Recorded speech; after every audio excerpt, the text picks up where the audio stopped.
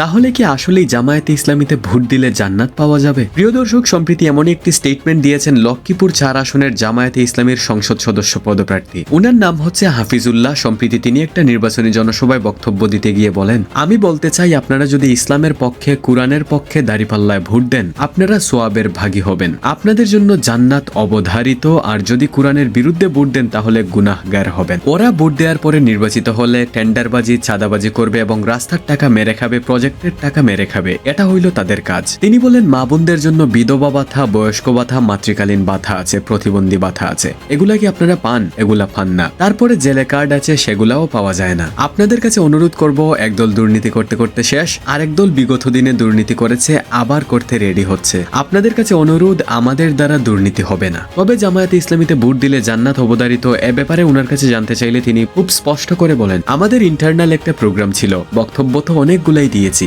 কাটচাট করে সেখান থেকে এনে মিলিয়ে দিয়েছে। আমি এরকম বক্তব্য দিইনি। এ ঘটনার প্রতিবাদ দেওয়া হবে। তো প্রিয় দর্শক, এই বিষয়টা নিয়ে আপনার যদি কিছু বলার থাকে, আপনার মতামত অবশ্যই কমেন্টে জানাবেন।